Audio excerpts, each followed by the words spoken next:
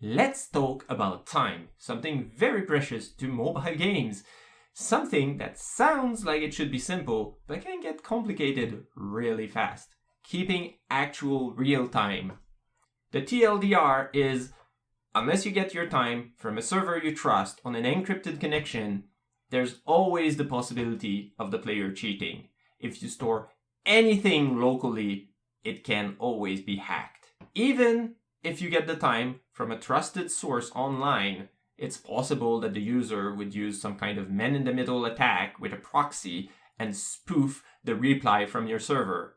That said, there are ways to mitigate most of the common attacks on a mobile device, even when you're offline. To be totally honest, I don't really recommend implementing any of those methods because in the end, it's going to take a lot of time to avoid people cheating that probably aren't really that interested in your game. And if you have any bugs in your system, it's just going to annoy the legitimate players that don't care about your anti-hacking methods.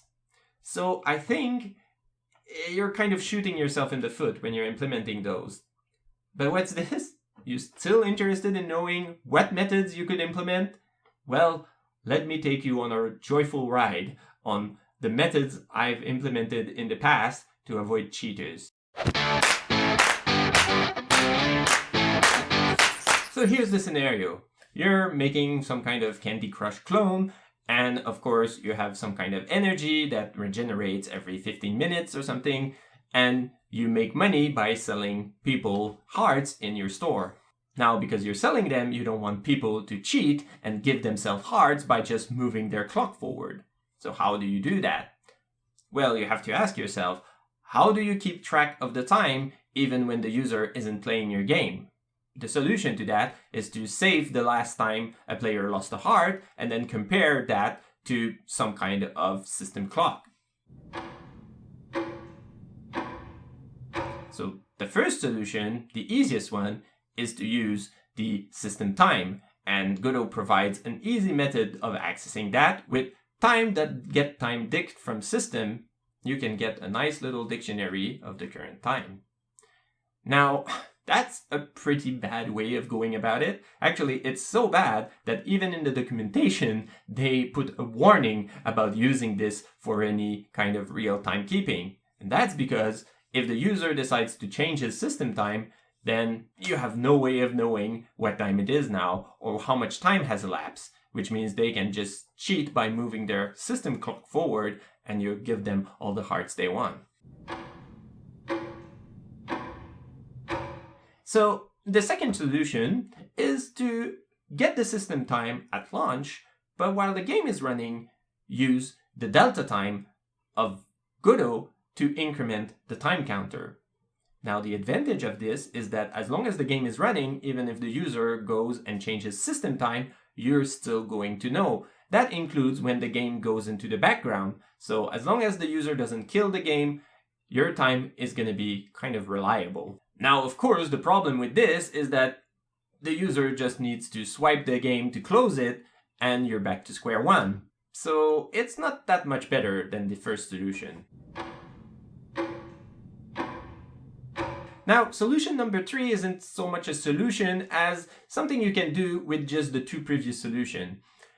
One of the things you can do is basically punish the player by using always the oldest time as the current time, but using whatever current time you have as the last time the user lost a heart. So what I mean is, let's say the user is moving forward in time to get back his hearts. So now his phone is like 1 year in the future. But keeping your phone in the future all the time is kind of annoying, so eventually he'll probably reset his phone to the actual real time. So at that point, you decide if you take the time that's in your save game or the time that is reported by the system time. And if the time that you saved last is bigger, then you use that time as reference. That means that he'll always have to push his clock always forward and forward and forward, because anytime he goes back, he's suddenly going to have to wait several years for his hearts to regenerate. Now, people don't usually want to keep their phone off the real time too long, because that's usually what you use to get actual time. You have schedule, you have, alarms and stuff on your phone. You don't usually want to keep the clock offset. So people will usually want to reset their clock at some point. And so if they have to do that every time they want to play your game, because it's always remembering the last time and they have to keep pushing forward and forward, it might annoy them enough that they'll eventually want to buy hearts from you just to reset. And that's why it's a good idea that if they do buy hearts, you should remember to reset your anti-cheating measure so that you don't punish an actual paying customer. That's something that can be easily overlooked, but it's kind of important. Without any access to online, that's pretty much as good as you can get. So solution number 4 actually introduces getting time from the server. But of course, ideally, you'd want to only get it when necessary. So solution number 4 is about getting the server time once when you launch the application, and then you use the Godot game delta time to increment the counter, but from a source that you can rely on. Now that's really nice if the user, for example, is in the subway or something and he loses internet connection for a couple of minutes, then he's not going to be affected as long as he keeps the game running.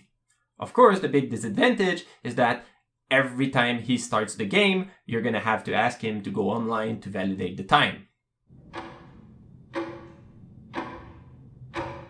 So, solution number 5 is to use something else than GameTick. So we still get the time from a trusted server, but instead of using the GameTick, we use something called the system tick. That's a property that's usually exposed in Android and iOS. In Android, it's called the elapsed real time, and you can use this to count actual real elapsed time on the device. And this cannot be hacked because it's internal to the Android system. You don't get access to it by default in Godot, but it's very easy to write a small plugin that will get it for you. You just have to write a couple of lines of Java code in Android Studio, compile it, drop it in your plugin folder on your Android project, and then you can access this plugin singleton and call the method that will give you the elapsed real time in milliseconds since the last time the device was booted. That's great, because all you need to do is save the last time you got a server time and at the same time the elapsed real time of the device reboot timer, and then you can compare the time. And since people don't usually reboot their device very often, I mean it's been weeks since I've rebooted mine, then you're fine for a very long time. And this would be great if there wasn't one small big problem. The thing is, you have no way of knowing when this counter reset. So, you cannot know that the user has restarted his phone, which means you cannot ask him to go back online when you know that the elapsed real time is not valid anymore. Now, one way to do it is to check if the elapsed real time that you're getting is smaller than the one that you have in your save. You know that the device was rebooted. But that's only valid for as long as the elapsed real time is smaller than the one in your save. As soon as it gets bigger, there's no way for you at all to know that the user has rebooted his phone. And that can cause issues because, of course, the actual time elapsed will be bigger or smaller depending on how long since the player has rebooted his device, which can be very annoying, and not just to a hacker, but to actual users too. So what's the final solution? Well, the final solution, I think, is to try to make some kind of logic system that will use all of those previous solutions together to try to make an educated guess. So the first thing to do would be to save all the information. The last time you got the server time, the last system tick, the last game tick, the last OS time, and all of these together in your save game. And then you run through some kind of logic. For example, you could say, well, is the server time available? Then use this. Is the game time plus server time valid? Then use that. If the system clock seems reliable, then maybe we can use that. And if everything else failed, then ask the player to go online to get a valid server time. Now, that's already some pretty complicated logic. So I've made this small demo application that illustrates a couple of the solutions I've been talking about. So first you have, of course, the OS time that is directly updated every frame from the system OS. And then you have the OS time plus the game delta time. So I get the OS time only at the application launch, but then I use the delta time. And here in red is the server time. I put it in red because when I update it, it's green, and then after 10 seconds it becomes red, and I try to update it again. And then you have, of course, the game time plus the server time, and then this system real time plus the server time, and then the punish time is whatever of these is the biggest I use to punish the player. And if you let it run, you can see that at the beginning everything is fine because my OS time is right and the server time is right and everyone is happy. But of course, now I can go into my system settings and I can change my time to some values in the future. And if I do that and I go back into the game, then you'll see that the OS time is now wrong, but the OS time plus the game time stays right because I haven't actually closed the game application. So even while it was in the background, the delta time was still updating. But now, if I kill the application and I restart it, then you will see that the OS time plus game time is now wrong because I got it again as the application was restarting, but the server's time is still right. Now I can block the server with this button, so now I can't update the server time. That's why it's becoming red. And now, if I go back and I change the time again, well, you'll see that the server time is still valid because, of course, I haven't restarted the application. But if I restart the application, then the server time plus the game time is also going to become invalid. But finally, at last, the server time plus the system time is still valid because I haven't restarted my phone. And as long as I don't restart my phone, I know that the time is valid. So the last hack I can do is actually restart my phone. And if I do that, and now I log back in, well, there's no way for me to know which time is right. Now you can see that all the different ways of calculating time returns different results. And I don't know which one is the right one unless I can get access to the server by unblocking the server. But the thing is I don't know either that I don't know.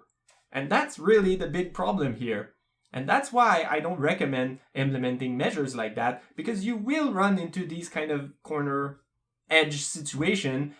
And at that time, well, depending on what you choose, you might just piss off a legitimate paying customer, which is the last thing you want. And trust me, even if there's a tiny bug and you think it's never going to happen in real life, if you have millions of players playing your game, it will happen often and it will tank your ratings because people will complain about it in your reviews.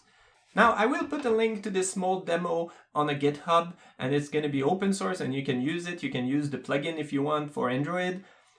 But be aware that this is just a demo. I didn't encrypt the save file. I didn't make sure that the server I was using to get the time was reliable or encrypted, or that there was no hacking attempt. I don't protect the memory in any way. So there are still plenty of ways to hack. This was just to show a couple of ways to avoid the time hacks, the common time hacks, but that doesn't mean that there aren't other ways that you could hack this system. So this demo is not made to be used as is. It's just an example of the things you could do on top of a lot of other things to prevent hacking.